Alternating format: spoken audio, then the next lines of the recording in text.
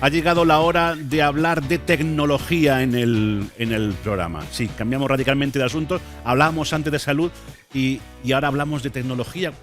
En algunas cosas también tienen cosas que ver, ¿no?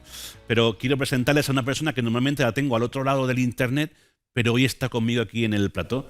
Reme Fernández, Hola. buenas tardes. ¿Qué tal? Buenas tardes, ¿Cómo Alfredo. estás? ¡Feliz Muy año bien. nuevo! Igualmente, feliz año nuevo. Y bienvenida. Muchas gracias. Por fin nos encontramos en plató. En directo, ¿no? Aquí los dos presencial, de forma presencial. Claro, ven cómo tiene cuerpo. Yo lo decía a los oyentes que me preguntaban, ¿y Remes qué tal? ¿Se ve nada más casino? No, pero claro, es que en la webcam solo se ve un cachico. Pero Remes tiene cuerpo y todo. Sí, sí. ¿Cómo estás? ¿Bien? Bien, muy bien. ¿Bien? Sí. Oye, me tienes un poco desconcertado.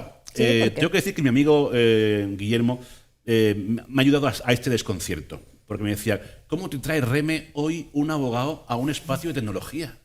Sí, pues la verdad es que porque está surgiendo con este avance tecnológico, está surgiendo un nuevo derecho, ¿no? Que está regulando y todos los días la ley va por detrás, la nueva legislación se tiene, bueno, la nueva no, la legislación vigente se tiene que ir actualizando a los nuevos cambios y a nuevos avances tecnológicos.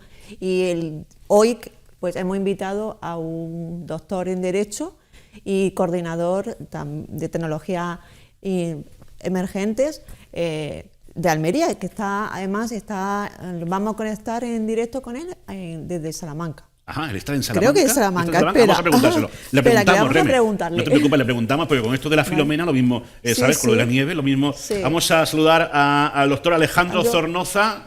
Alejandro, paisano, buenas tardes. Hola, buenas tardes, ¿qué tal estáis? Bienvenido. Alúmbranos, Salamanca, Madrid, ¿dónde te pillamos? Pamplona. En Navarra. En Navarra, Ay, en no. Navarra, Uy, ni para ti no ni he para mí, atinado ni para ti ni ninguna. para mí, está en Navarra. Bueno, gracias por Bienvenido estar, en todas partes. gracias por estar con nosotros, por acompañarnos en esta tarde. Yo se lo preguntaba ahora mismo a Reme, ¿qué pinta un abogado en una sección de tecnología? ¿O se le ha roto el ordenador y quiere arreglarlo? ¿O qué es? ¿Qué pasa? ¿No? Y me decía que es que esto de las leyes y el derecho se está poniendo un poco las pilas, ¿no? Sí, efectivamente. Bueno, en realidad, cuando hablamos de tecnologías y de derecho, tenemos que intentar ajustar un poco el discurso, porque realmente comercio electrónico tenemos desde hace ya unos cuantos años y comercio o venta a distancia, por ejemplo, la que teníamos antes por teléfono o por catálogo, también se consideraba parte de ese uso de tecnológico. Entonces, bueno, sí que es verdad que el derecho en los últimos años ha avanzado mucho, se ha ido actualizando, se intenta tener siempre en consideración los últimos avances y cómo puede afectar esto de alguna manera los derechos, ¿no?, de los usuarios. Y bueno, en eso estamos. Vamos siempre por detrás de la técnica, pero intentando garantizar los derechos y los deberes de todos los ciudadanos. Sí, entonces me comentabas antes que se puede ocupar de diferentes aspectos, ¿no?, que tienen que ver con la tecnología. Por ejemplo, ahora con el tema del confinamiento, pues muchos comercios se han visto desbordado, primero por cerrar el negocio físico y ha tenido que dar el salto a digital. Bueno, pues toda esa aceleración de esa transformación digital de su negocio, pues también ahí pues han tenido que adaptar no solamente su negocio al espacio físico, sino también dar el salto al negocio de comercio electrónico, ¿no? Y ahí también pues tienen que cumplir una serie de deberes y derechos, ¿no, Alejandro? En ese sentido, cumplir con la legalidad también. Claro, que esto no es tan fácil, Alejandro, como decir, bueno, pues a partir de hoy voy a vender por internet mis productos, ¿no? Efectivamente, hay una serie de pautas que hay que seguir, tanto para la creación de un negocio online, como para luego prestar esos servicios. No se trata solamente de colocar el producto en el mercado, sino garantizar después, por ejemplo, un servicio postventa al cliente y todas las páginas web, igual que cuando cumplimos una normativa local para mantener el establecimiento abierto al público, tenemos que tener también una serie observar una serie de normas cuando queremos tener, por ejemplo, una tienda. Todo eso pues muy bien tasado en la legislación. La verdad es que el tiempo avanza y en este caso el derecho también, pues, como decíamos en principio, se pone un poco las pilas y está al lado del consumidor, pero también del empresario. Sí, sí, y además, Alejandro, tú nos puedes un poco dar más información de qué derechos y obligaciones como usuario tenemos, porque también han crecido el número de compras que estamos haciendo por internet, ¿no? Sí, efectivamente. El número de compras, sobre todo desde el confinamiento, ha aumentado exponencialmente y realmente los derechos que tenemos en el comercio online, por suerte, son muy, muy parecidos a los que tenemos en el derecho, en las compras en una tienda. Tenemos derecho a la devolución, a diferencia por lo que ocurre, por ejemplo, en el comercio físico. Esto lo tenemos presente cuando nos dicen en la tienda no, sino que te devolvemos, te damos un vale por el mismo importe, ¿no? Y con ese dinero pues tienes que volver a gastarlo aquí en la tienda. Eso en el comercio electrónico, por ejemplo, no lo tenemos. Una persona que no puede, que se compra una camiseta por internet y no puede testear la calidad del producto, puede devolver el producto y recuperar su dinero, porque de otra forma, en la tienda física se habría podido convencerse a sí mismo de que realmente quería eso. Cuestión distinta es que no nos valga y tengamos que cambiarla, ¿no? Pero bueno, tenemos una serie de paralelismos que, quitando algún detalle, se parecen muy mucho a lo que tenemos en el mundo físico, por así decirlo. Alejandro, ¿y en la universidad ya se tocan estos temas? ¿Se estudian estos temas? Es decir, los universitarios que están haciendo derecho ahora mismo, ¿se están empapando de esta legislatura? No como deberían, o en mi opinión, no como se debería. Tenemos que tener en cuenta que el derecho, por ejemplo, del comercio electrónico o la protección de datos, ahora mismo forman parte de planes especiales de formación. Si alguien quiere hacer un máster o un curso de protección de datos, se tiene que formar una vez finalizada la carrera.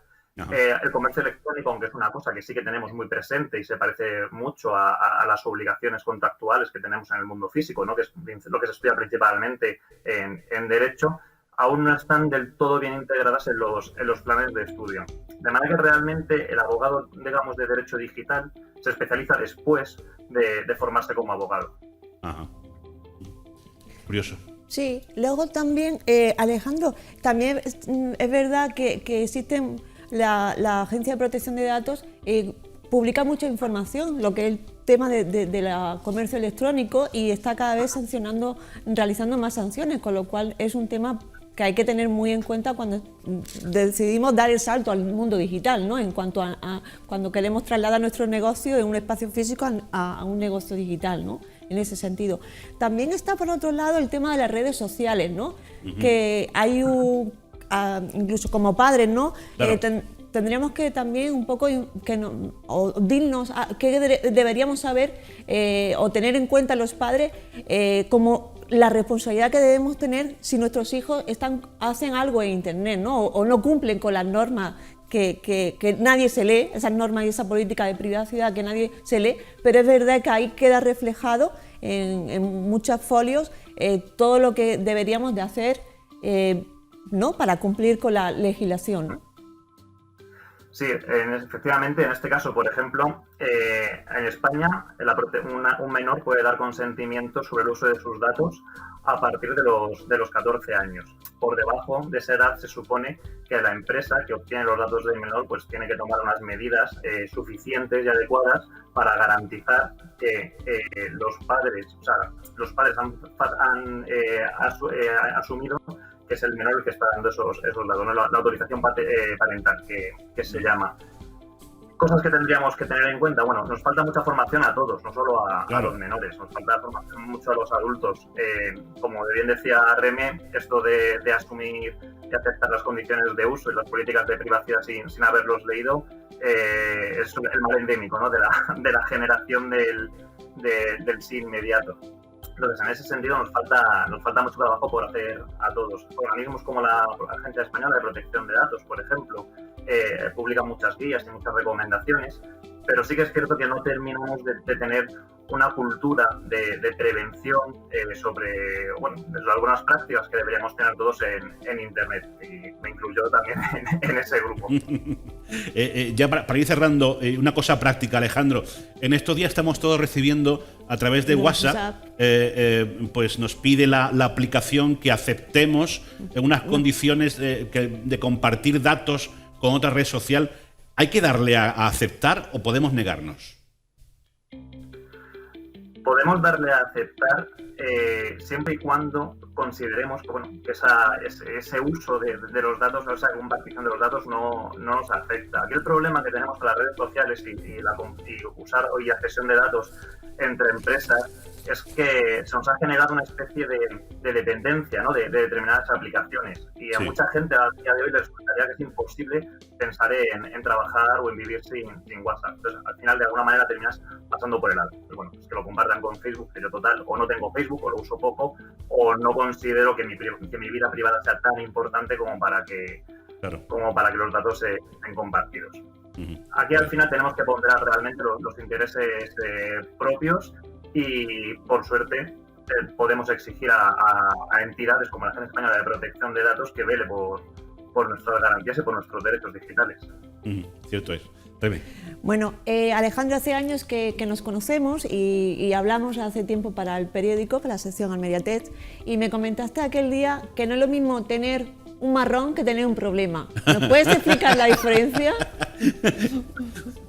Qué bueno. Sí, esto es una cosa que digo mucho y forma parte un poco de esa abogacía preventiva, ¿no? Cuando uno tiene un problema, el problema siempre tiene solución. Cuando uno tiene un marrón, pues el marrón se lo come y ya no hay más remedio. Entonces siempre es importante contar con una asesoría previa, que puede ser de un abogado o de un especialista, por ejemplo, en protección de datos, en relación al tema que estamos hablando. Contar siempre con una asesoría especializada y cercana que nos evite tener marrones en el futuro, pero que nos pueda solventar los problemas.